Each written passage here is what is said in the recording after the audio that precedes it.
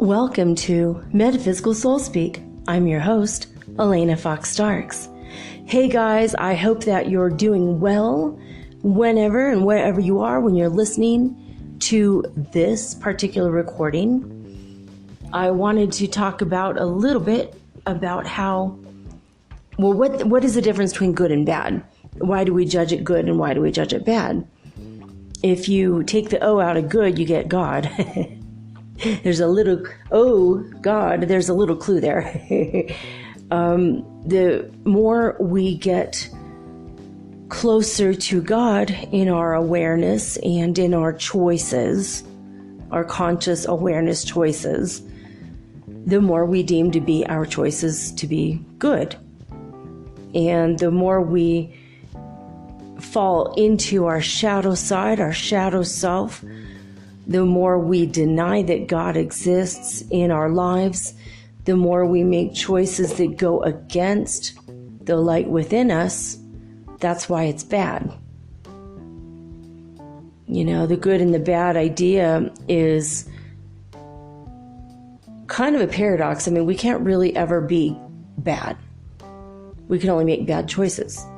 And they're not really bad choices, they're just choices to not know ourselves.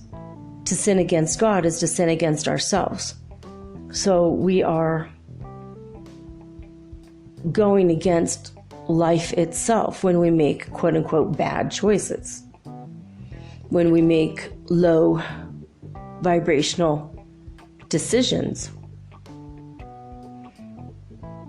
You know, people that make the worst and the most horrible decisions end up more and more isolated from the one will.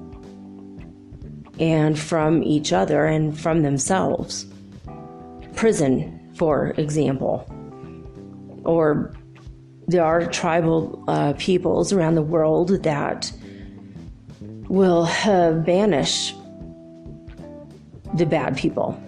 The people that go against life and others and community and society, and indeed God, him or herself. You know, people that are just a little bit bad get banished from formulating higher quality relationships with people.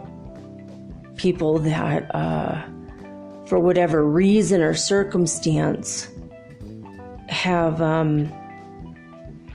become psychopaths, sociopaths, narcissists, psychotics, whatever. You know, people that we get a little scared of, we get a little freaked out by, or a lot freaked out by. People that make the worst choices, but even people that just make really crappy and mean choices. That's going against God because it's going against their fellow man and it's going against themselves because we all are one, right? And so those people get banished, isolated away from people, people that are cheaters, cheat on their tests in college and their income tax as grown adults with responsibilities. They cheat on their spouses.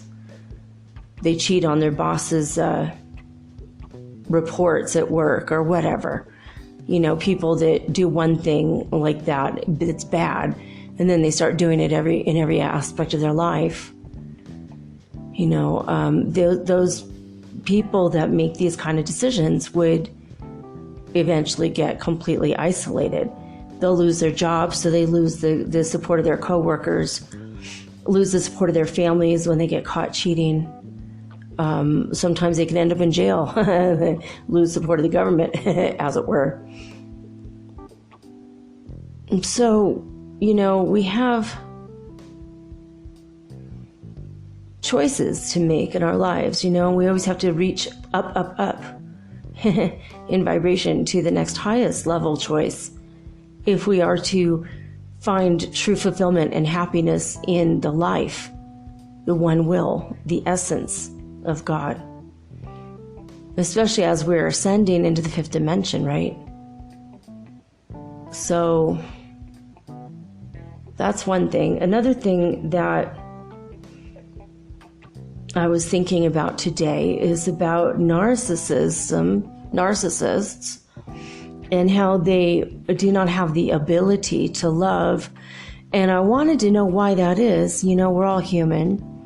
We all have heart chakras. Even sociopaths and psychopaths and narcissists have a heart chakra. So I started asking God, why is this? What has happened? And the answer I got is that their heart chakra is not functioning. It's not turning or rotating to the fastest rate that it needs in order to generate love for another person or for anything. And, it's often said that narcissists only love themselves, but they don't really love themselves. In fact, they don't really even like themselves much. And they can't. They don't have the ability to love, period. They don't love God. They might be afraid of God, but they don't love God. They don't love anyone or anything. They might act with affection because it's something they've seen other people do, and so they mimic the behavior, especially where it helps them to manipulate a person into doing what they believe will bring them happiness, But I asked God, and God said, yeah, the heart chakras are just either stalled or moving extremely slow, or in some cases completely stopped. And I asked, well, why is that? And can they get it going again? And they said yes, but they don't believe they have to. And the thing is with the narcissist is that they're constantly fighting for their survival. And this is something that stems from childhood, when they were not paid attention to, they were ignored, possibly beaten or abused, or maybe their parents were helpless and abused. And so in a situation like that, the narcissist felt the need to survive, and they overcompensate for not having been looked at or held or touched or loved as children. And so they learn that they don't need that to survive because they've already survived without that. But they learn how to manipulate others to get what they want because they don't understand love. At a very young age, they didn't have the ability to form those human bonds, right? So they mimic the behavior, of course, but they don't actually feel the love. And God told me it's because they're stuck in their ego chakra, the chakra below the heart. And they're pained so deeply and profoundly that the ego self-identity chakra is working overtime to constantly defend itself and constantly nurture itself because of the deep, deep, deep wounds that affected the heart chakra. And so it's almost like it's doubling the efforts of the heart chakra, as well as the survival instinct chakra also kicks in because a lot of narcissists had to make it on their own or felt like they had to. They felt they're under personal attack. And a lot of narcissists feel that if their ego is attacked, or like if someone leaves them or deletes or blocks them on social media or stops talking to them, they literally feel like they're going to die.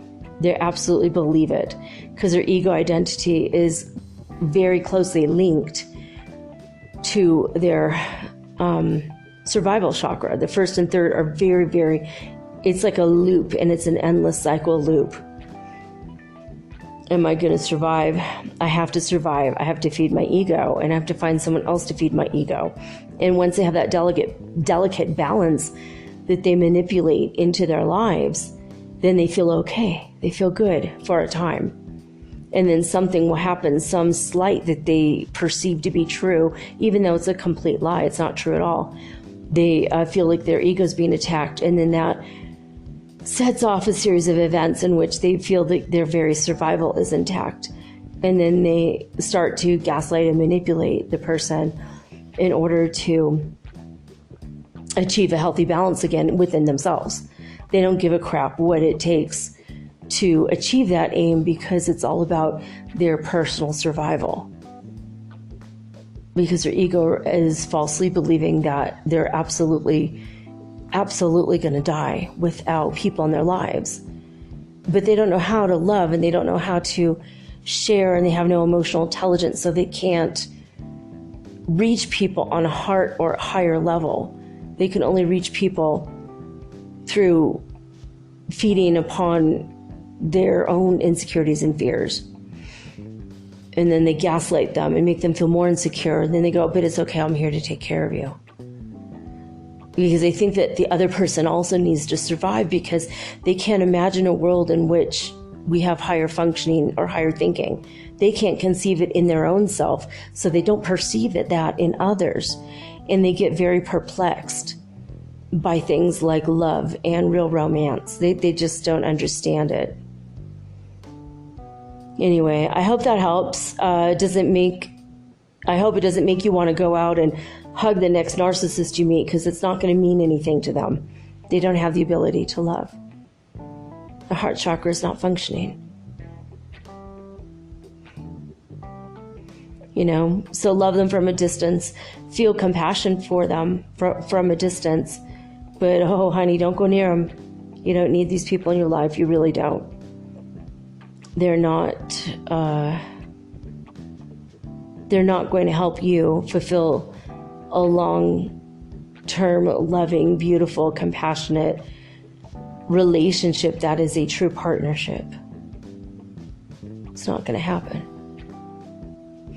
Because it simply can't, and it's no fault of your own. I mean, you can't fix those deep, deep wounds of childhood. You can only fix your own deep, deep wounds of childhood, and that's your only responsibility. You don't have a responsibility to anyone else, not even your children, not after they're adults, not on an emotional level. Like if they came here with their own wounds, Now, while you're raising your children, you more than absolutely 100% have an obligation to raise them with love and compassion. Let them know that you're proud of them and you love them, and hug them until they don't allow the hugs anymore when they go through the teenage years, but still love them from a distance. Do kind things. Give them leeway when they leave the house messy, because they're not seeing it. They're not able to. Teenagers have their own set of things going on in their brain. When kids hit the age of 15 to 16, their brain will cut out the cells that aren't being used in their brain. And during that time, they're very confused, and they do a lot of nonsensical, crazy crap that you just look at them and you're like, why? Why the hell would you do? How could you justify this? What are you doing? And they go, and they get really shocked, and they look around and they don't realize what really happened or how they affected you. And they look at you and they go, I don't know. I don't know.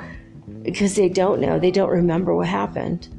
Because their brain is literally clipping itself. It's like a tree being pruned by a very avid gardener. And this happens 2 times in a person's life. One is when they're babies in the womb, and right before they get born, they go through a clipping out process.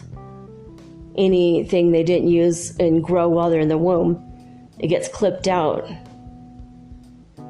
And then it happens again around the age of 15 to 16. That's why teenagers make the stupidest choices, and they just don't know what the hell's going on, and they just have no answer for their actions. And they come across as narcissists, but usually they aren't.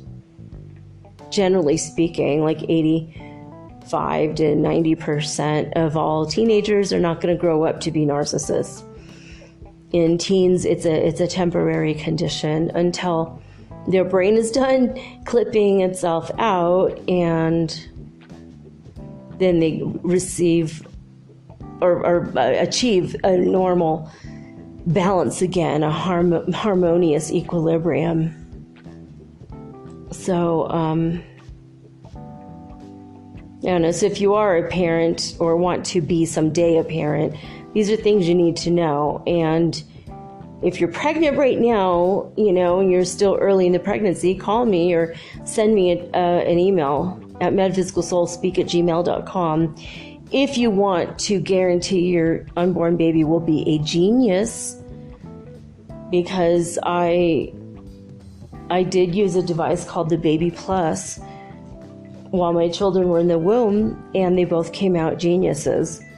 Thank God, because, they both went through the clipping out process as teenagers, and my oldest, is finished with all that. He's 19 and a half now, and he's extremely intelligent still. Thank you, God. My youngest will be too, thank God. And he's got a lot of emotional intelligence, but there's things I go to bed with a clean living room and wake up and it looks like a hurricane hit, and I'm like, what the hell? You were left to your own devices for like 3 hours and all of my hard work is gone. And he doesn't have an answer. He's just like, well, I can't really, I don't know. I have no answer for that. And then I usually try not to say anything. I just kind of put up with it, and not because I don't want to be disciplinarian, but I understand what is happening with his brain. And I have a lot of compassion for him, and he has his own set of circumstances and problems, so you got to love your teenagers and just be compassionate, super loving and compassionate for them, because, in a couple of years, they're going to go, oh my God, I was so terrible. And you're going to go, no, it wasn't that bad. And I'm grateful for the opportunity to have lived through that part of your life with you. I just feel so super grateful that I do have my children. Most of my lifetimes I didn't have kids. I had kids a couple times, but I have one past life memory where my kid died in the middle of the night, and I was the healer in the village, and I couldn't save her, and it broke my heart. She was a very young kid, and pretty much there goes your business when you're a healer and can't save your own child, right? So, but there's a lot of times I haven't actually had children, so now I'm like, oh, it's messy and crazy and completely chaotic and nonsensical sometimes. But I don't know, when your teens go away from you for a few days, they'll always come back, and they are so loving and sweet, if you've raised them right with emotional intelligence and, the beauty of life and joy of living and compassion of heart. So, I don't know, somebody out there needed to hear that about teenagers right now. I don't know who. I don't know who you are, but if you are a grandmother or a mother of a teen, and maybe you needed to hear that. Maybe you already knew that, but you needed to be reminded. I know I have my days where I'm like, I got to remind myself about this thing again, because so frustrating. I could have the kitchen completely spotless, floor mopped, dishes, washed and put away, and everything's perfect. And I wake up in the morning and everything, the counter is covered in dirty dishes. Goop is, unrecognizable goop is dripping down the cabinets, the cupboards, and all over the stove, and the floor is inexplicably absolutely filthy. And I'm like, what the hell? Was I asleep for a month?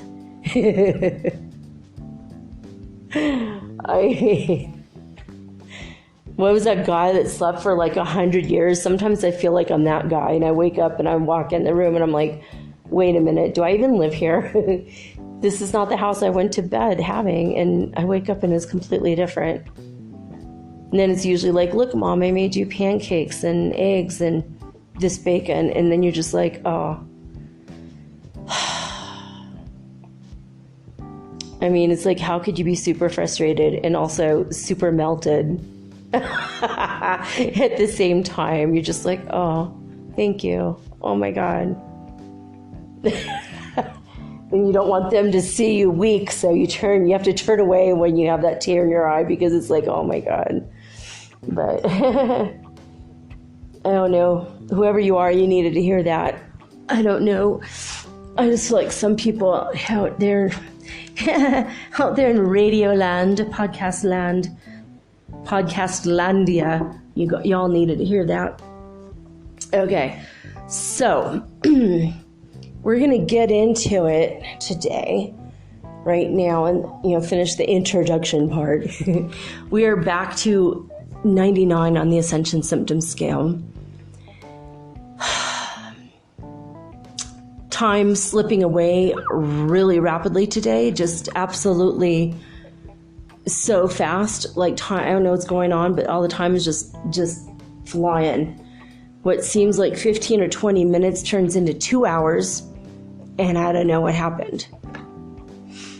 You've had days where it just drags on and on and on, and like an afternoon can feel like a week. Well, today was the opposite of that, where it just, one conversation later, one heartbeat later, and suddenly an hour and a half has passed. 2 hours are gone, and it's like, what? I'm literally recording this at almost 2 a.m., so I'm going to get this out late. Oh, and by the way, yesterday I was actually on time, and then right when I was getting ready I was up, I had finished recording everything, I had added all the music, and I was getting ready to upload. The only thing I had done was upload the last half of the show. The actual channeling part, the show, the most important part of the show. And all of a sudden the frickin' internet completely went out for 3.5 hours. And I just sat here going, oh my God, there was my opportunity to actually go to bed on time. I was going to be in bed by 3. And the internet went out at 2:30, and I went, oh my God. I didn't get to bed till like after 6 a.m. again. And I'm like, dude, really? So I don't know what was going on, but it was like, it was off, and then it would turn on for like 30 seconds. I'm like, oh yeah. And then all of a sudden, sorry, internet's out. It took 3.5 hours. I was turning it off, turning it on, turning the Wi-Fi on and off, turning the device on and off, hitting that reset button. I mean, repeatedly for 3.5 hours. It was insane. I was just like, and finally towards the end of this nonsense, I just said, okay. And I looked and I realized that most of the neighbors' internet was also out again. I don't know what's going on with the internet here. It's not the modem. Like, is it modem? No, not that. And I asked God, and God's like, it's going to be in about 15 minutes. It'll be back on, more or less around 15 minutes. And I'm like, please help me. And God's like, we're on it, And about 15 minutes later, I checked, it was still out, and 2 minutes after that. So, sometimes divine timing isn't exact human timing, because humans created time, pieces, like marking the minutes and stuff. But in 17 minutes after my higher guidance said it was going to be on, it turned back on and it stayed on. Bizarre, right? It's so bizarre. All right, disclosurenews.it, 17 o'clock UTC time. Basically, all it says, it's the one evening report. Today, practically continuous activity, even if a very moderate magnitude.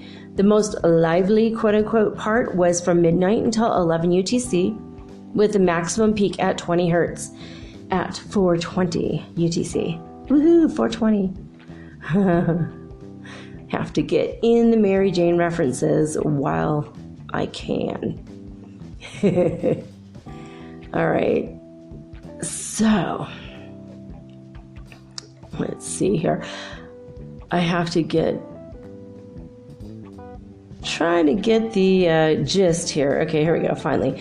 All right, so for heartmouth.org, at midnight, California time, they were at 120 hertz frequency, and they went down to 118 by 4 a.m.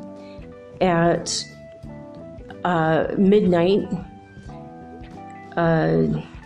Hofuf, Saudi Arabia, started off at 10 hertz frequency, very low, and went down to 0 by 4 a.m. In Lithuania, they were at 131 hertz frequency on the Schumann Resonance scale, and by 4 a.m., they were at 125. At midnight, Alberta, Canada was at 197 hertz frequency, and they went up to 203 by 4 a.m. Northland, New Zealand started off at 60 hertz frequency, and by 4 a.m. they were at 65. So they went up by 5. Now, this one is fun.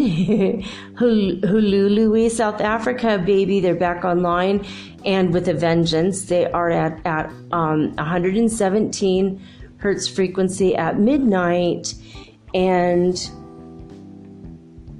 they went up only to 118 hertz frequency by 4 a.m. So that's pretty cool, right?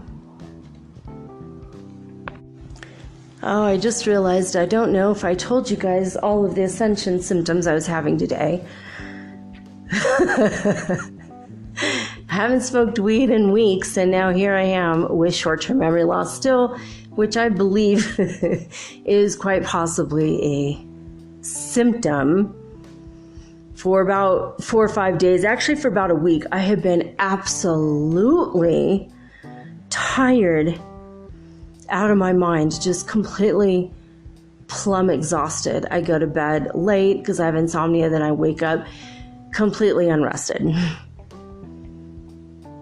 And today I had a migraine headache. I don't ever get these. Not a really bad one, but just I didn't get my caffeine on time because time is running so fast away from me. I think I got my last cup of coffee around 8 o'clock at night, which is, I mean, normally that's when I have my evening cup of coffee, but usually by 2 in the afternoon, 3 in the afternoon, I get my coffee.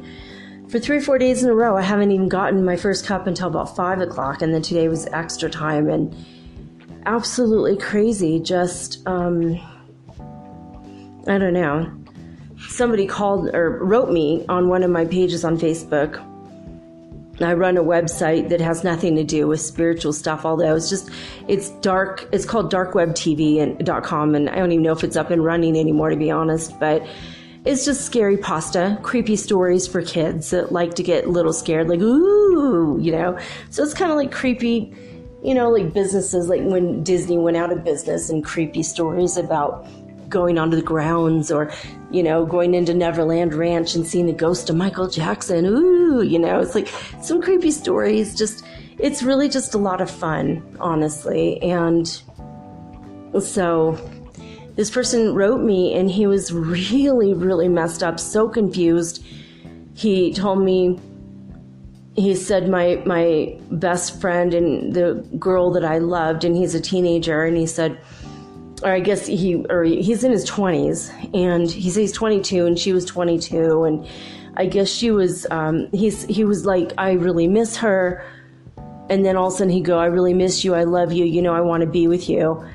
You're always been the one for me, but why did someone have to kill you? Who killed you? I want to know. I've been crying so hard over you. And I'm like, what the hell? This guy's out of his damn mind. You know, he keeps saying he loves me, he wants to marry me, and then he'll be like, I love you, Tamika. And I'm like, dude. So I've been sending prayers and love to him.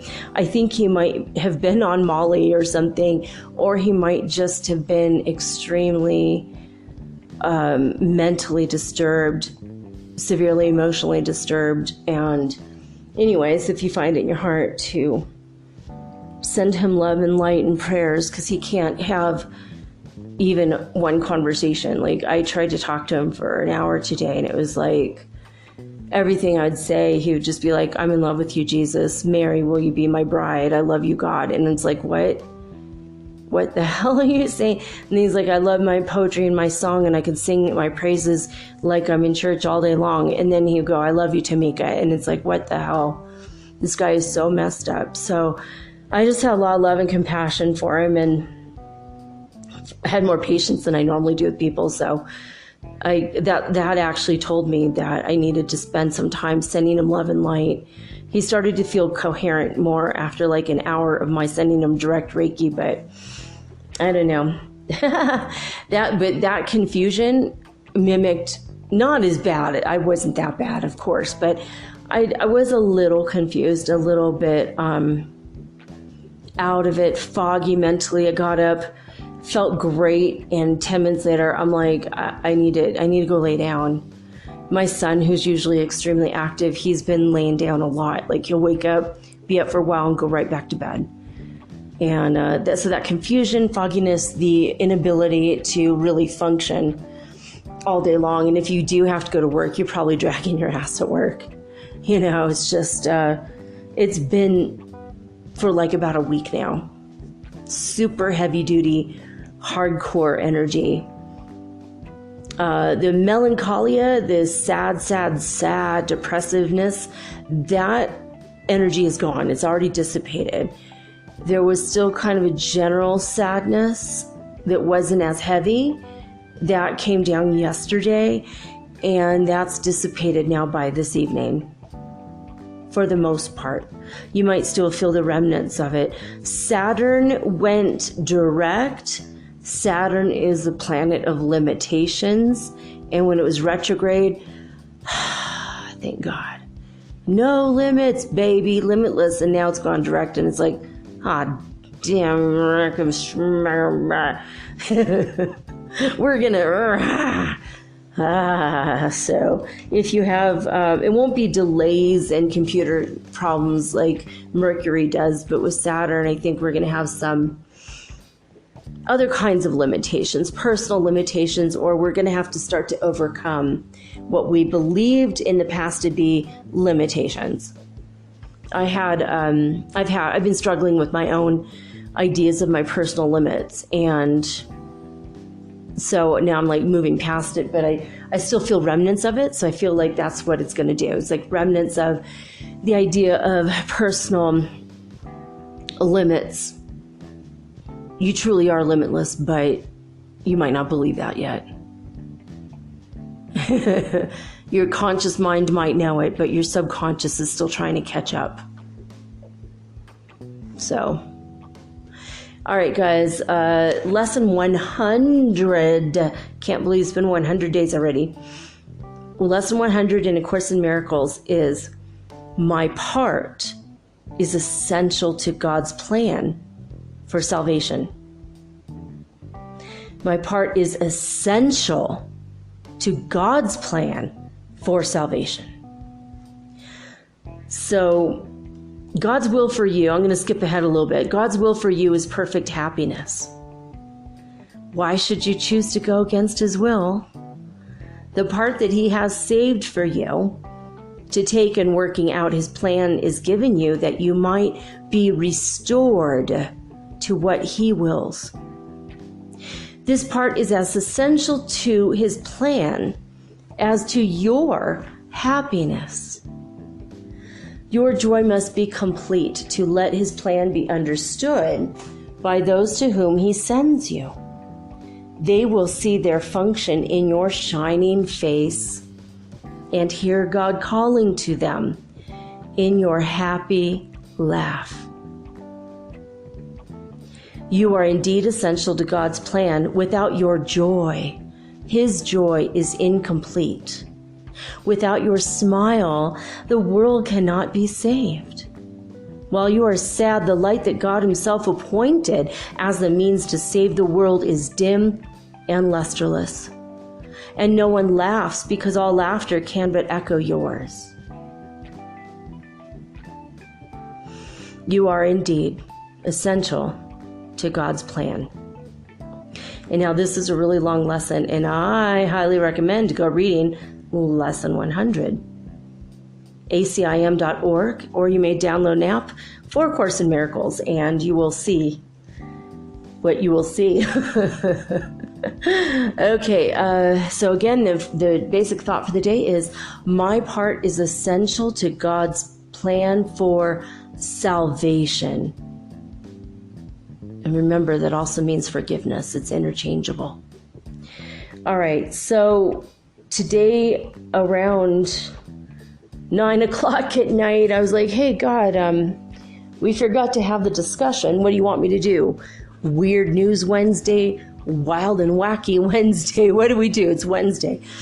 And God said, no, none of those. I'm like, all right, so maybe let's go for something health related, mental health, spiritual health, something. Nope. I'm like, pendulum, I'll ask questions. And nope. So do you want me to talk about how to use a pendulum? Because I do plan to do that soon. And he says, nope, no. And I'm like, all right, I'm done guessing. God, what are we going to do tonight?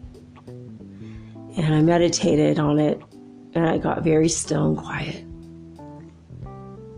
And the answer that came to me was parallel universes and parallel timelines.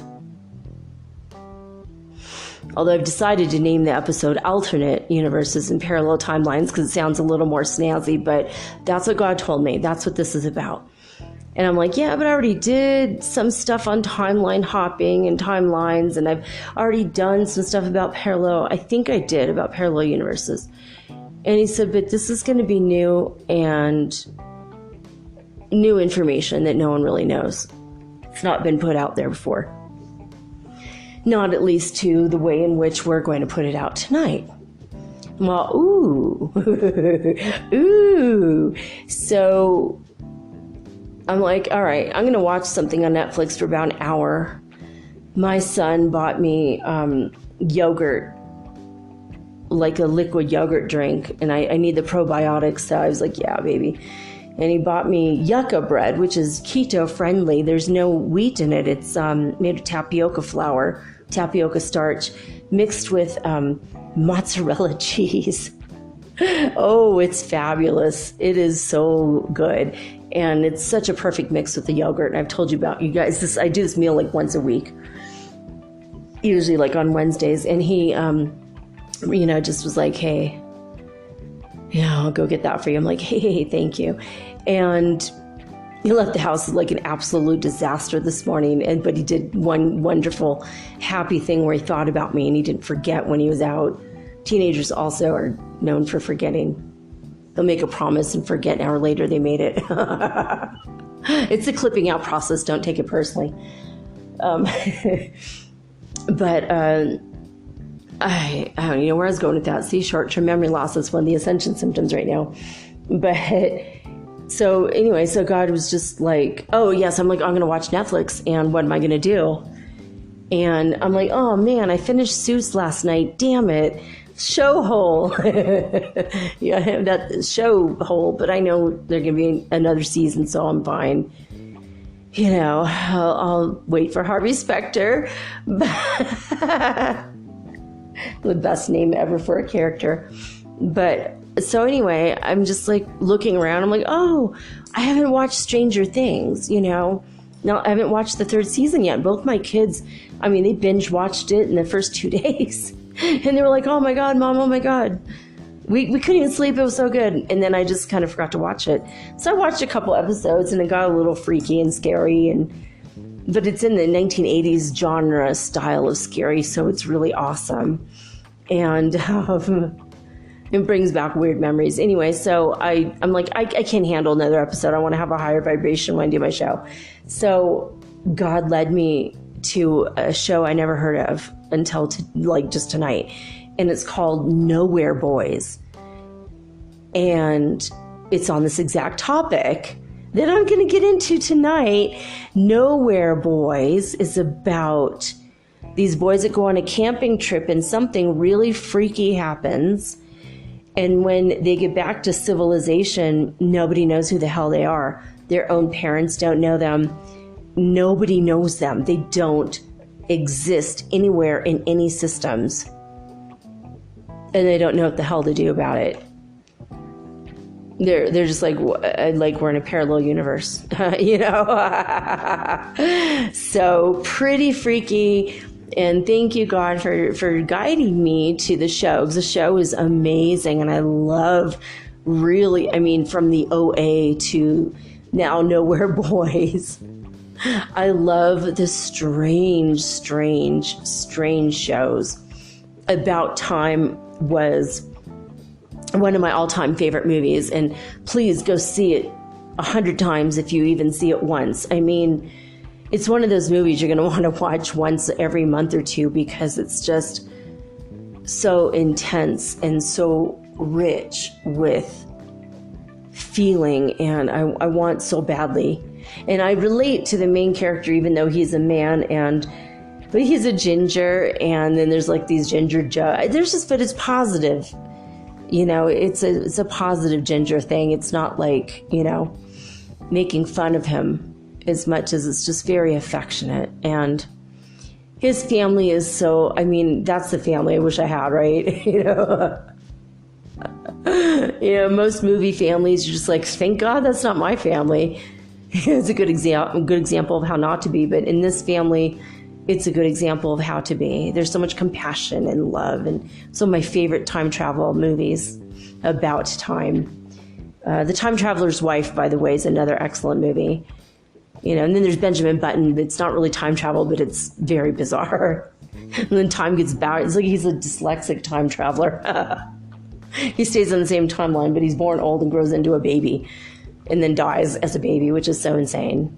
But so anyway, but Nowhere Boys, I can't believe God led me to that. And it's just exactly about what we're going to talk about after this message.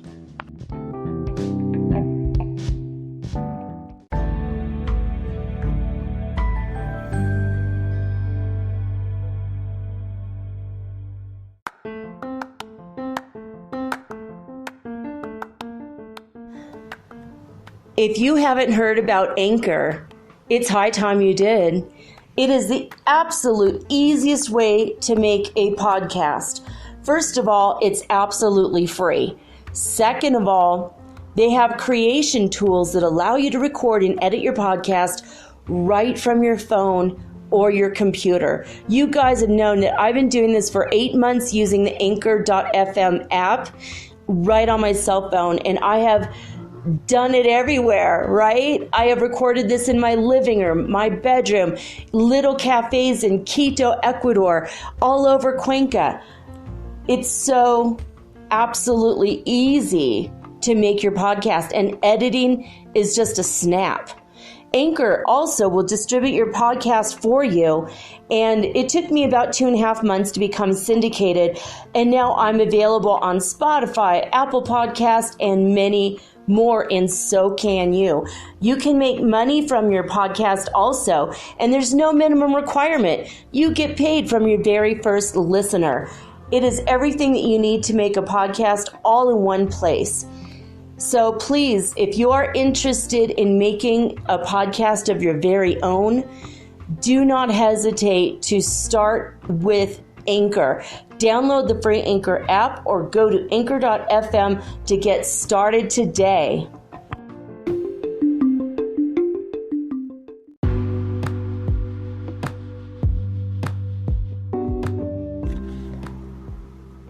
Metaphysical Soul Speak is run on sponsors and listener support.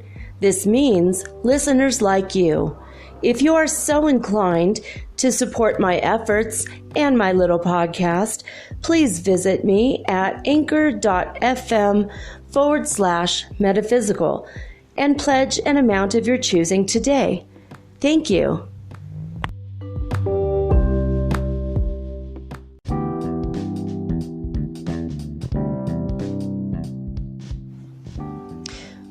Okay, guys, so what God has told me today, we had like a conversation, and specifically so I could do this show, and I asked him questions which I did not write down, and I just wrote down his answers to make it more flowy.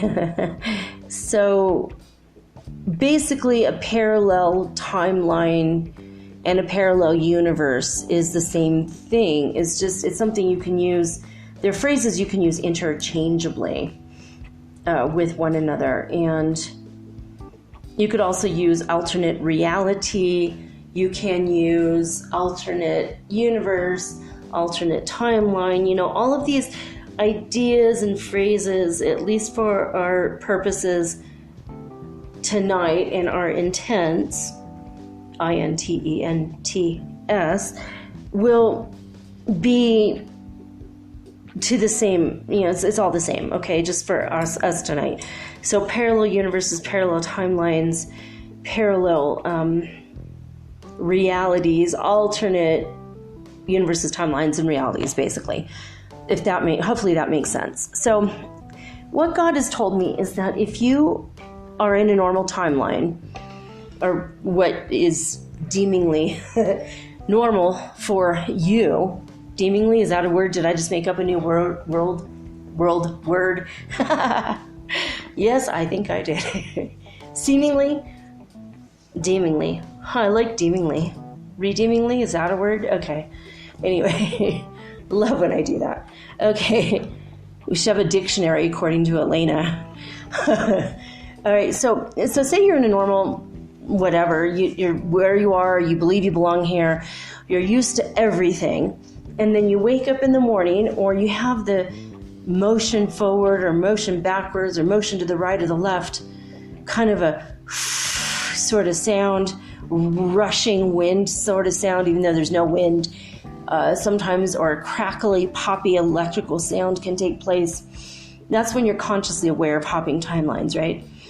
And you're not going to be consciously aware of it unless you're opened in your 8th chakra, basically. So, I mean, it's not that far ahead of you. I mean, it might start happening if it hasn't already, right? So anyway, when this happens, and sometimes you'll just wake up in the morning and things are different. You're like, wait a minute. Or you could be doing something. If your heart stops and you shift timelines in that moment, the timeline angels, the Adjustment Bureau, I don't know what you want to call them, but the beings that are responsible for you hopping timelines are kind of there to guide you, and they don't really want to guide you. They want to like cover your memories up so you don't remember what happened, and you're not really consciously aware of it. That was the old world, okay?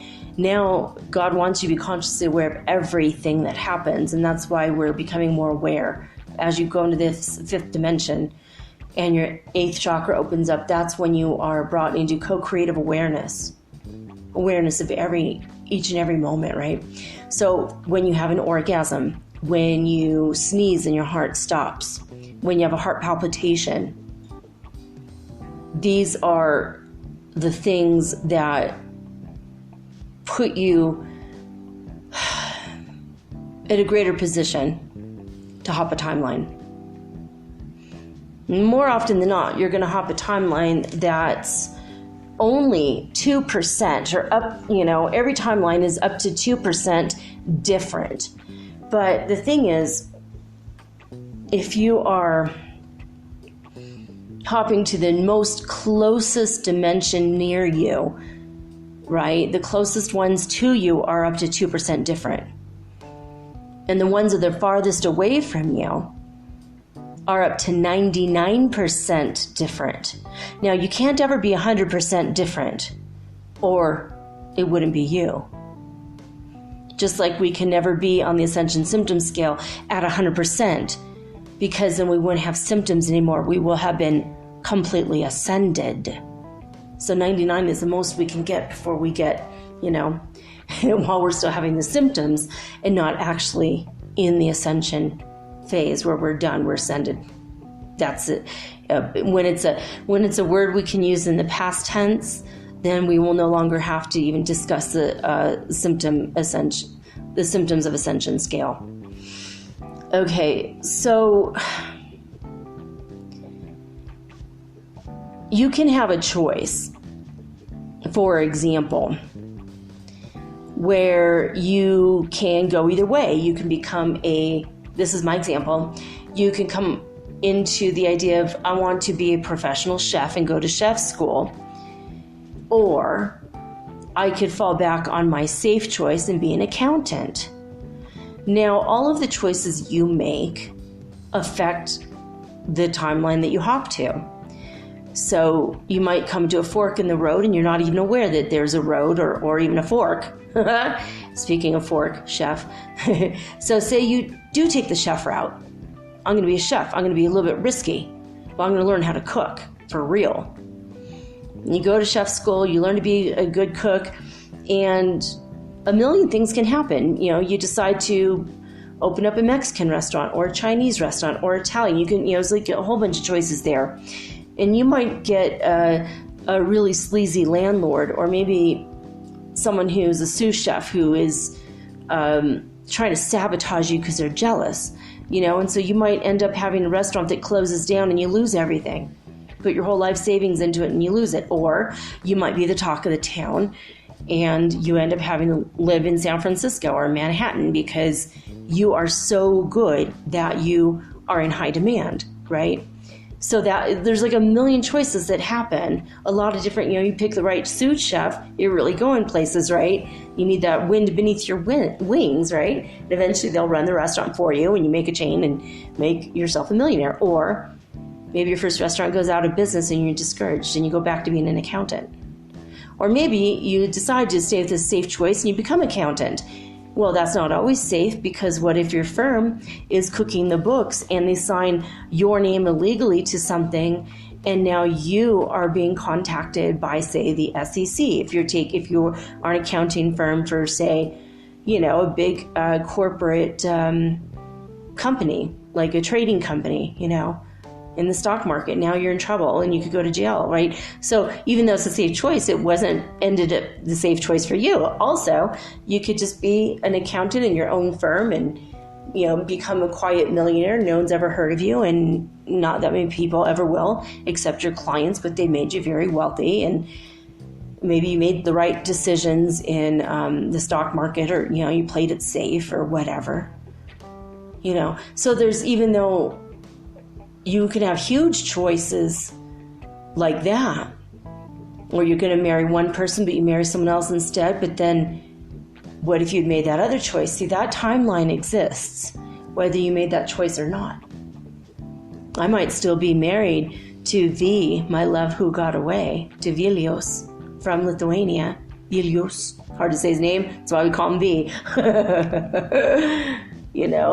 if I had married him, maybe he wouldn't be a general in the army right now, and he's decorated. He's a decorated war hero, and now he just lives his life as a high-priced lawyer in the military, for the military, but maybe he wouldn't have done that choice if he had married me, see? And in one parallel universe, we probably did marry each other. We probably did have children, and maybe I'm still happy, or maybe we got a divorce, or maybe I died earlier, he died earlier. We don't know. But all the possibilities exist. And what I'm about to tell you is really going to blow your mind. But first, you have to understand that the opposite world, or bizarro world, doesn't exist. Where you're not going to be a female instead of a male. You're not going to be a male instead of a female. You're not going to be a transgender man instead of a transgender woman, or vice versa. So there's certain things that exist that are in place for you as you. And when it's the complete opposite of you, that is no longer you. So it doesn't exist. Now, someone who might be the exact opposite of you for sure exists, but that's not you. All right, so parallel dimensions are the same thing as parallel universes, parallel timelines. So just to be clear, universes, timelines, dimensions, realities, those are all those are all interchangeable right now. They are all the same. So as I go on, I want you to know that. I did ask God about that. Now, the side dimensions exist, but they are forbidden for us to go into, and we cannot. It's also impossible as human beings living in the form that we're living in to go into the side dimensions, because they are dangerous. It can be very dangerous. Now, they are very real, the side dimensions. I'm going to explain to you what that means, what a side dimension is. Because I could say that your parallel dimensions are at your side, but that's not a side dimension. Shadow people come from side dimensions. They pop in and they pop out of existence. They are shadow people, right? Freaks been freaking people out for a long, long time. You know, they're there, and as soon as they notice you notice them, they leave. They just like, boop, disappear. They're out.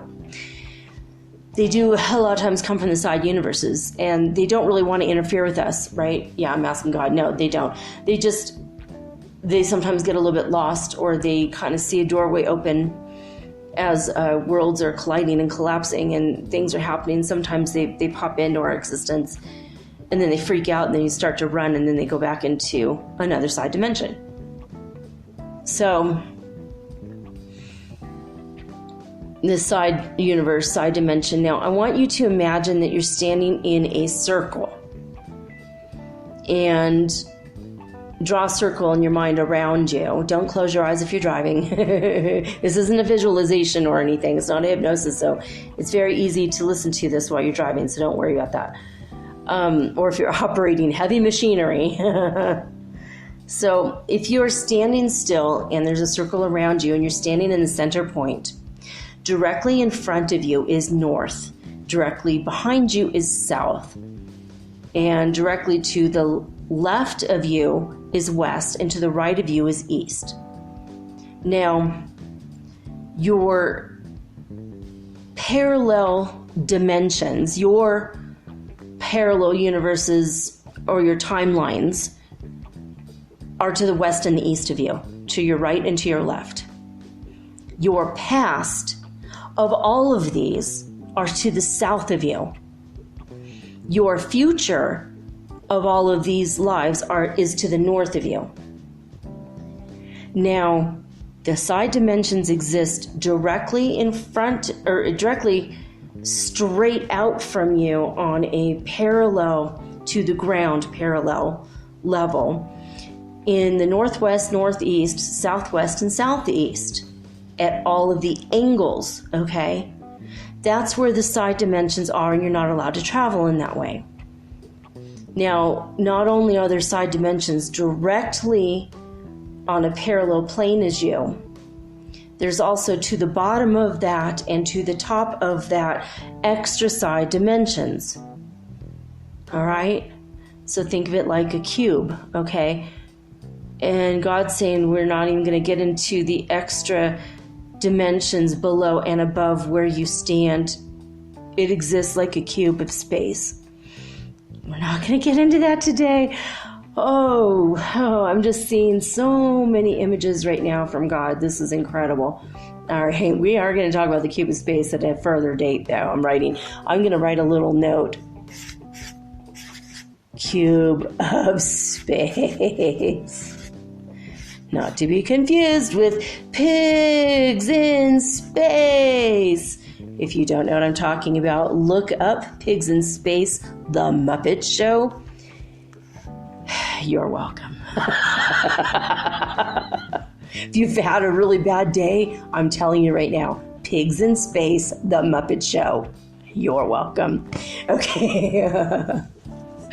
All right, so I have been aware for some time that I have been collapsing timelines. I asked God about this because I thought everybody can do it. This must be something that we all can do. And I told my oldest, and he got very upset with me because he said, so you're just killing off all those people? And I went, wait, no. I think I'm the only one dying. Somehow I'm just ceasing to exist in that timeline. I'm pulling my energy back to me.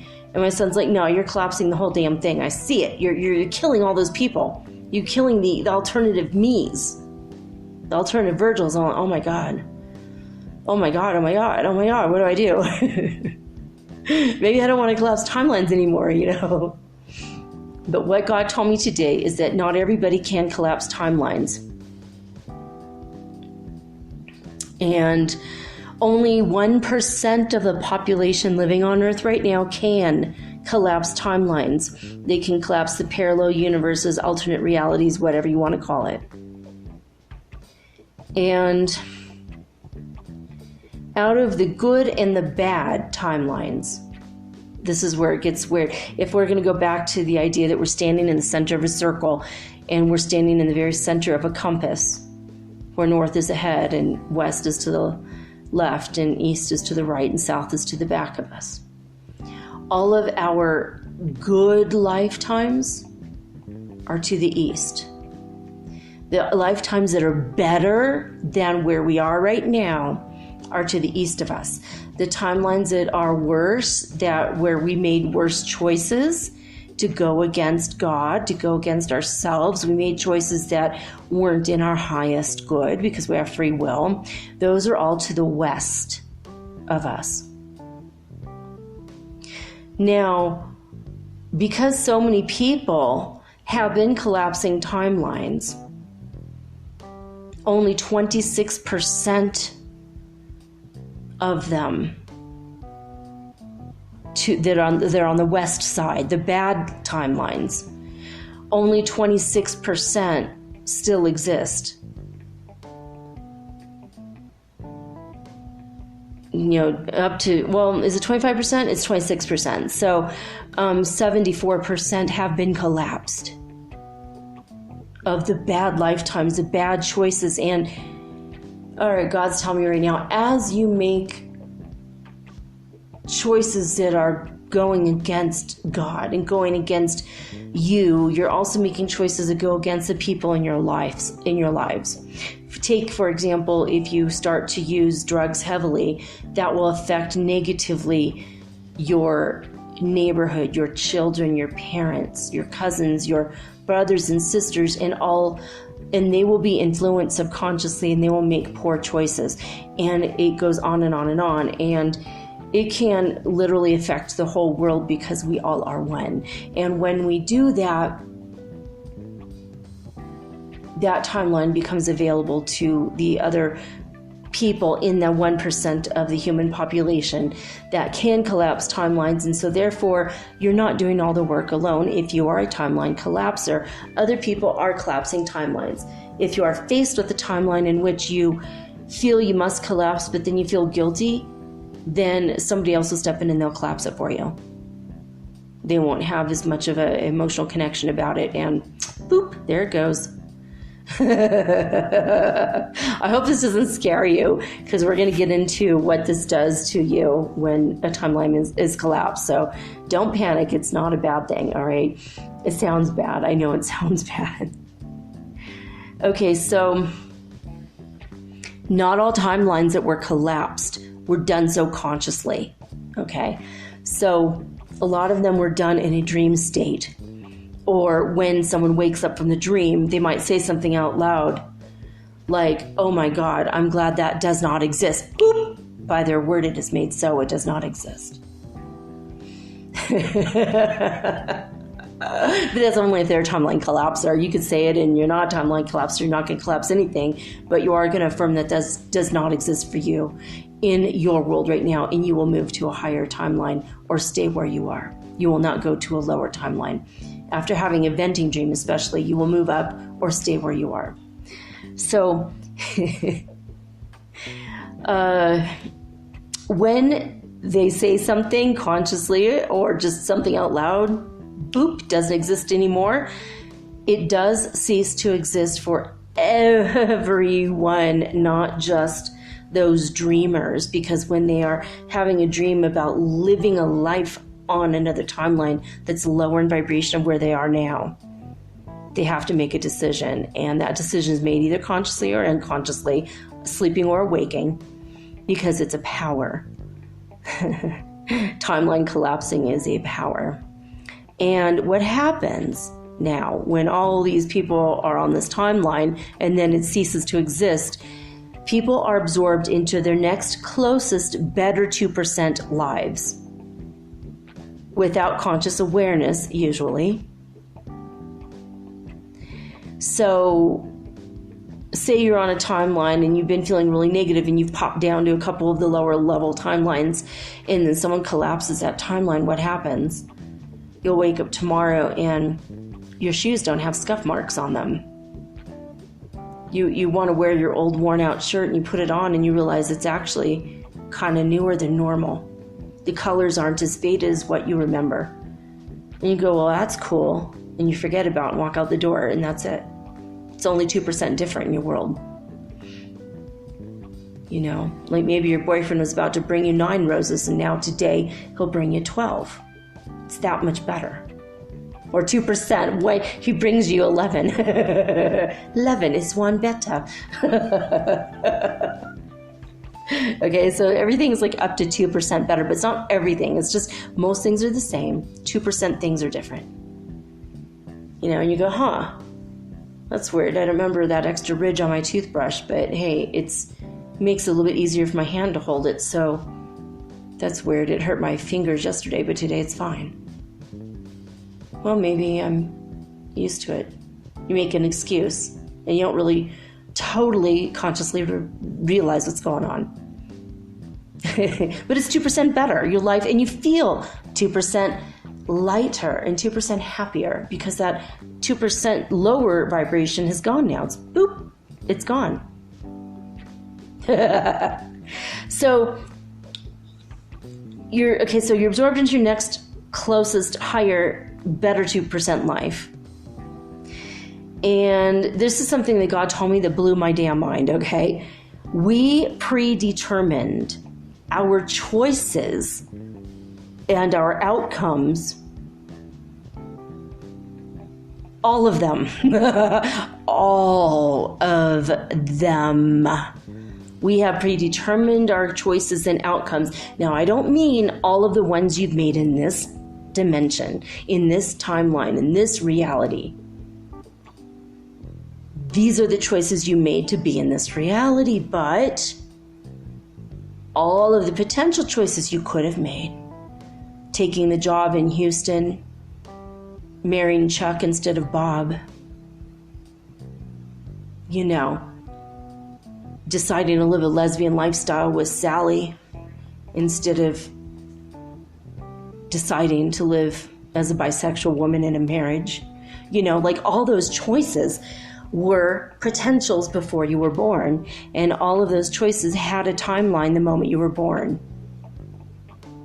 or maybe a little bit before you're born. But all the people that you have in your world chose with you to live these lifetimes, even though, well, we're gonna get to that in a minute. I'm gonna tell you a little bit. This stuff's gonna blow your mind, hopefully. It blew my mind. All right, so we jump to that timeline when we choose with free will what we want. But all possibilities have potential timelines. All possibilities and potentials and permutations existed before you were born. You coordinated this with everyone else in your lives, and your guides took up to 1,000 Earth years or more in some cases, up to 10,000 years. If you live a very simple life, it only took 1,000 years. Yeah, because all the people you came across in that life were people you predetermined to come across, and you coordinated in heaven with them beforehand. Even if they're 60 years older than you, because, and there's no time in heaven, and you can also be born back in time. Don't want to get too confusing there, but okay, there it is. So, it takes a minimum of 1,000 Earth years. If you have an extremely, here I'm writing too, okay. So, it takes this much time to figure out all of the logistics. Think of the math, the calculations involved, the mathematical probability, all of them that were calculated. Now, there are parallel universes in which you do not exist, of course. However, these are not your universes or universes. universes. Ha. We have each our own universe, our unique universes. Universes. We have more than one. That is our own unique universe. Series of universes. Even though we may be best friends with someone or married to them, but they too, even if you go to bed every night side by side with them, they too have their own unique set of unique universes full of all of the potential possible choices that they could ever make in this life, given the circumstance that they decided for themselves. Anything they could ever make, anything that they ever have made, all of those universes exist. Now, including if they married a different person, or you did, the same parallel timelines to the right, or the parallel timelines to the right are the good ones, as I already mentioned. The ones to the left are the worst or bad choice ones, okay? And there's no such thing as a real bad choice. It's just a choice in which you choose to go against the nature of who you truly are, which is love, God, divine intelligence. All right? Now, all is choice and nothing is really truly good or bad, okay? In the YOU universe. It's just how you view it and judge it from a perspective of a three-dimensional world. It's everything that goes against God, everything that denies his or her existence or your own good, and the things that are good for your highest, best good, when you go against yourself in a decision. It gives you a little bit of a gut punch to go with that, but you do anyway. And then you go, and then that will hop you to a 2% less better universe. And on with every choice, right? You do a series of horrible choices. You could always turn it back around, but you gotta start making better choices. That's all. It's just choice, and it's not really bad. Nothing is really bad though. It's just that you are more asleep. You are less awake. Now, currently, all your good and godly lives are intact. All of your good lives to the right, to the east of you, they're all still intact. All your good potential choices. Okay? If you hop a timeline every single day, 2% more, 2% more, 2% more, in 50 days, you're going to be at the top of your game, baby. You'll be at the best possible life you can ever lead. It's all about choice, making the good choice. Now, because of 1% of the population that has the ability to collapse the timelines, because we are indeed in the ascension, and when you're in the ascension, you want to get away from the 3D bad choices you made, the anti-you choices that you've made, right? So now, because me and 1% of the population, a lot of other light workers around the world, consciously or not, made these decisions to collapse and boop, get that out of, get that timeline out of here, baby. 75% of your bad timelines, your anti-God ones, okay, they have been already collapsed. Up to 75%, or basically 74% of your bad timelines have already been collapsed. Okay, they're gone. Gone, baby, gone. All right, so in essence, overall, your little essence is now more towards the light end of the spectrum and literally less dark. Your darkest choices are gone. I went to sleep one night and I lived through a lifetime in which I was being evicted from my home because I didn't pay my taxes because I used the money for heroin.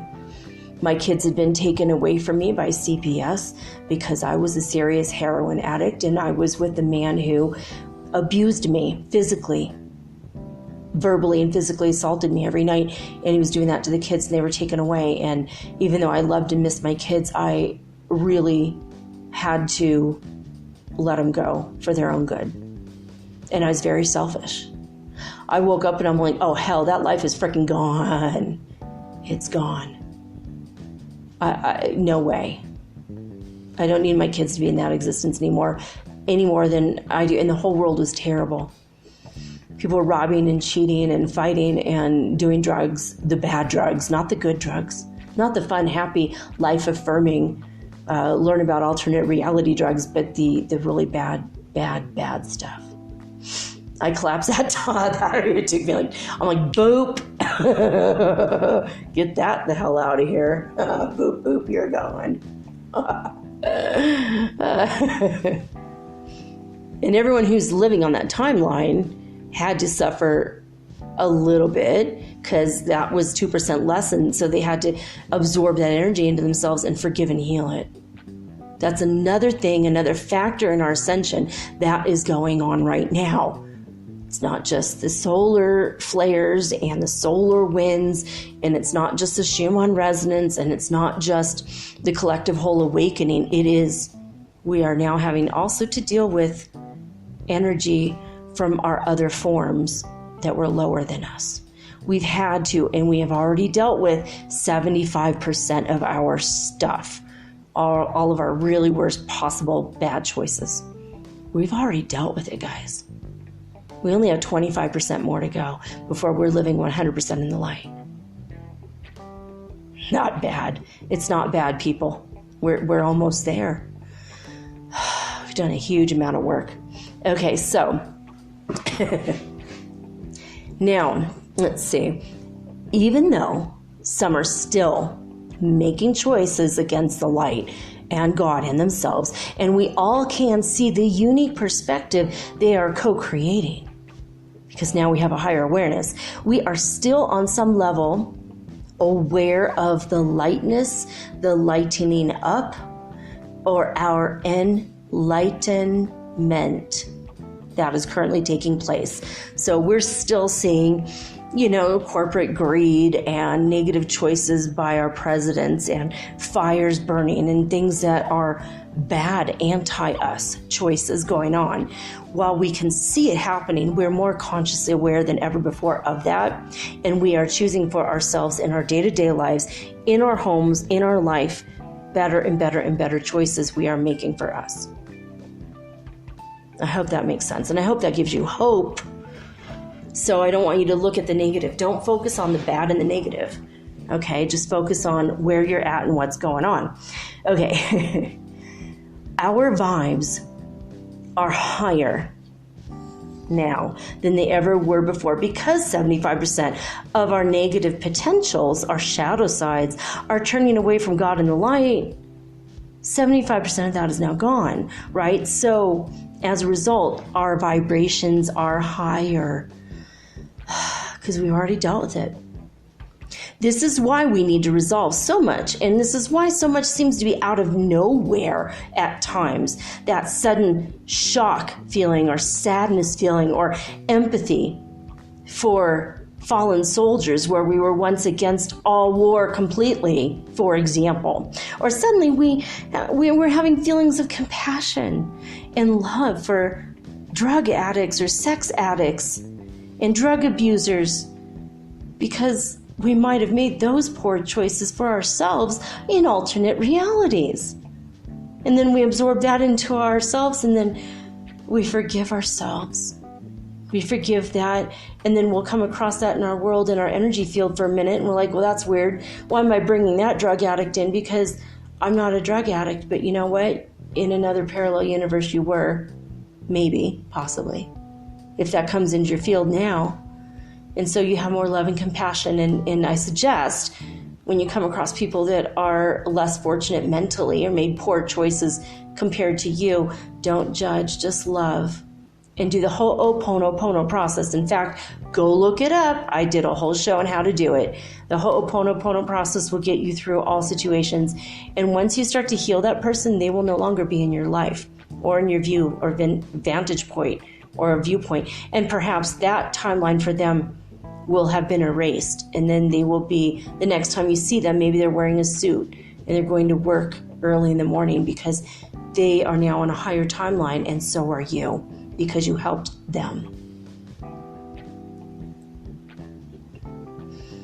So much of what I'm saying is not only the notes that I took, but it's directly God telling you guys through me. All right, so what you have deemed to be a lowlife. What a lowlife. You ever heard those words? A lowlife literally was that. It was the lowest vibrational life that that person could have possibly chosen for themselves. It was a conscious choice or maybe an unconsciously aware choice. They weren't aware, but they made that choice. It is still free will, and they still had the prerogative. It's my prerogative. And so when someone is a low life, that's because they're at the lowest life vibration that there is for them to be. But you know what? All of that is leaving our planet. All of it is getting gone. It's being reabsorbed into your basic essence, and now you are made more whole. You are now healing all of the parts of yourselves. And when you see this in others and you do the Ho'oponopono, you're helping to heal. So if you're not a timeline collapser, maybe you're an energy worker or a healer, or you are a light worker that prays, and your prayers are heard by God. God hears everybody's prayers, but some people have more powerful energy, and their prayers are heard faster and they are answered quicker. And your prayers, when they are in the light and in the right way, your prayers will be answered faster if you have no resistance or drag, if you accept the reality of what you're asking for has already happened. You just have to meet it in time. And also, if it is for the best, highest good for every single person involved. That's why your prayers are answered. But you might be an energy worker or a prayer light worker. There's a lot of different ways to be a light worker in this world.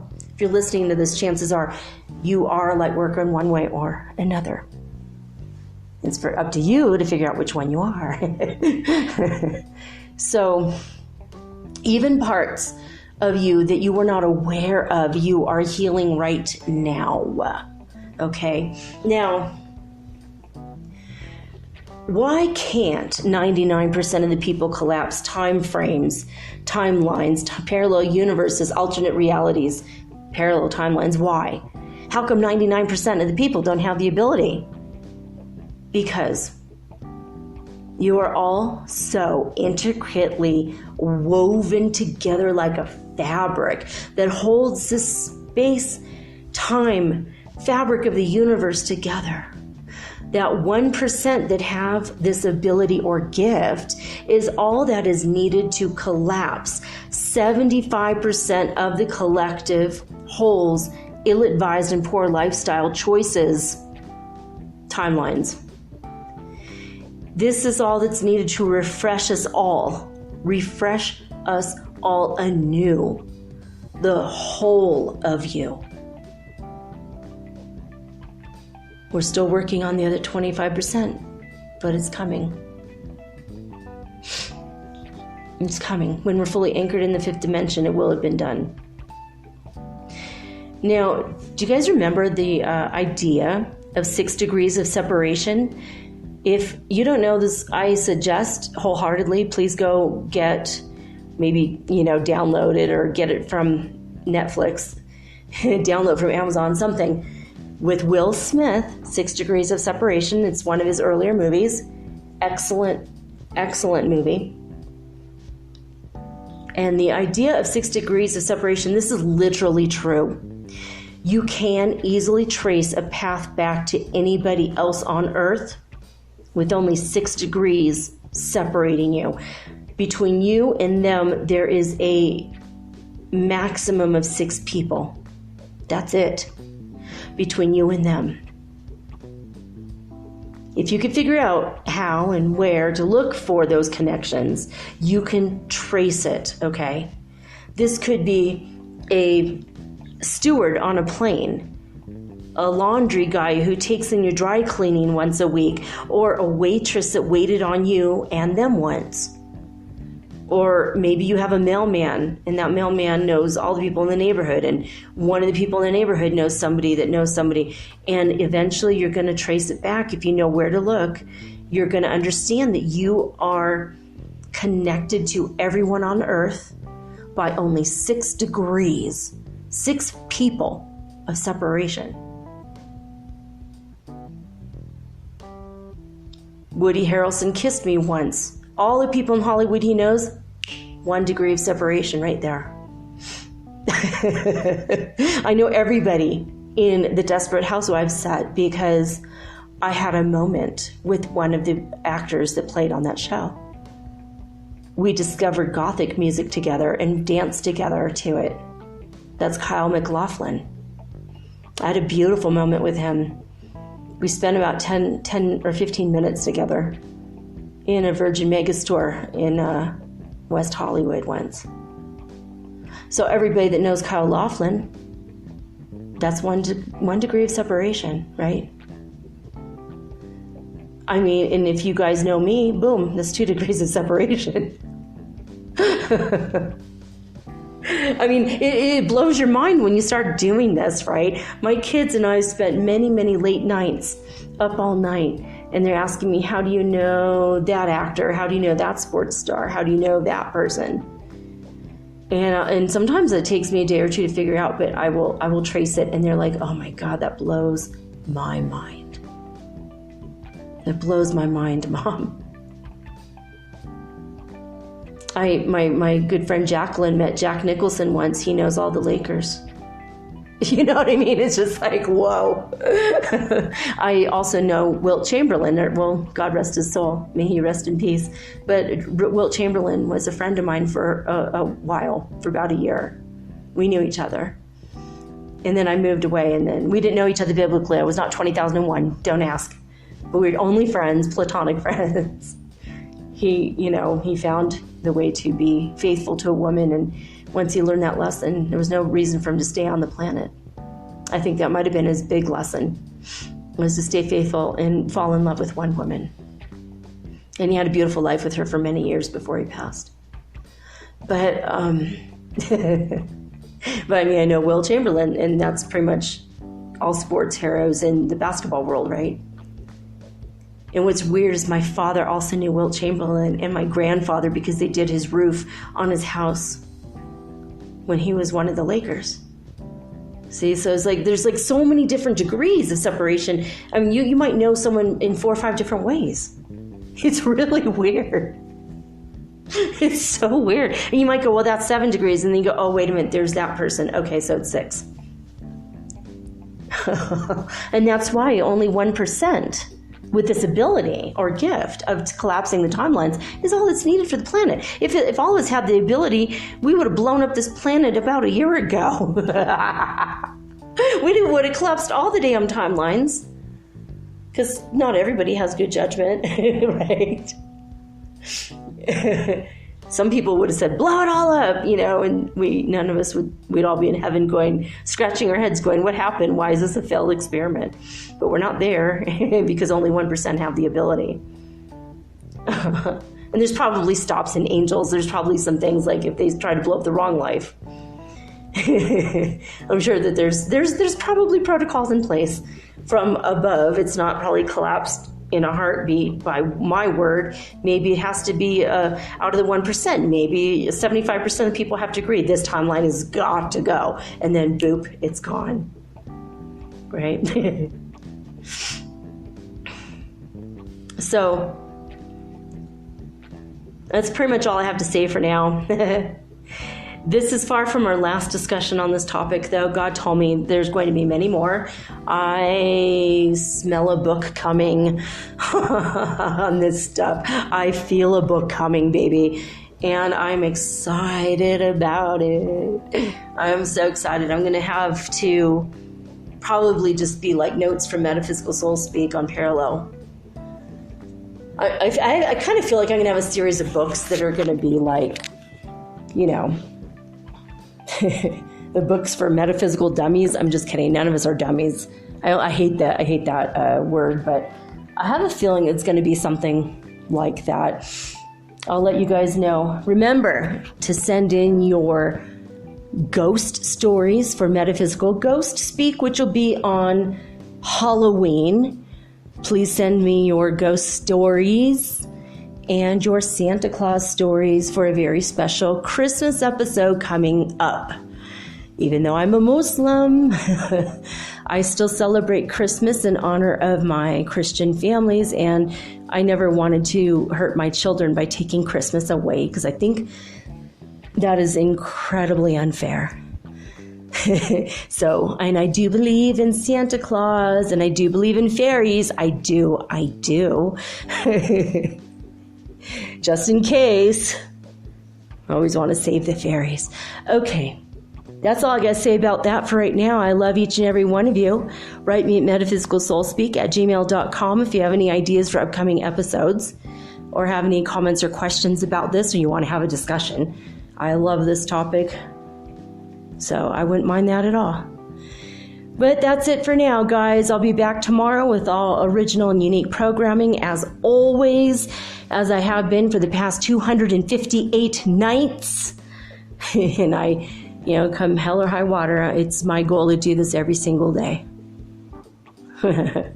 I love each and every one of you, but I'm signing off now with peace and joy and the high vibes of the holy fifth dimension. Until next time, guys, peace.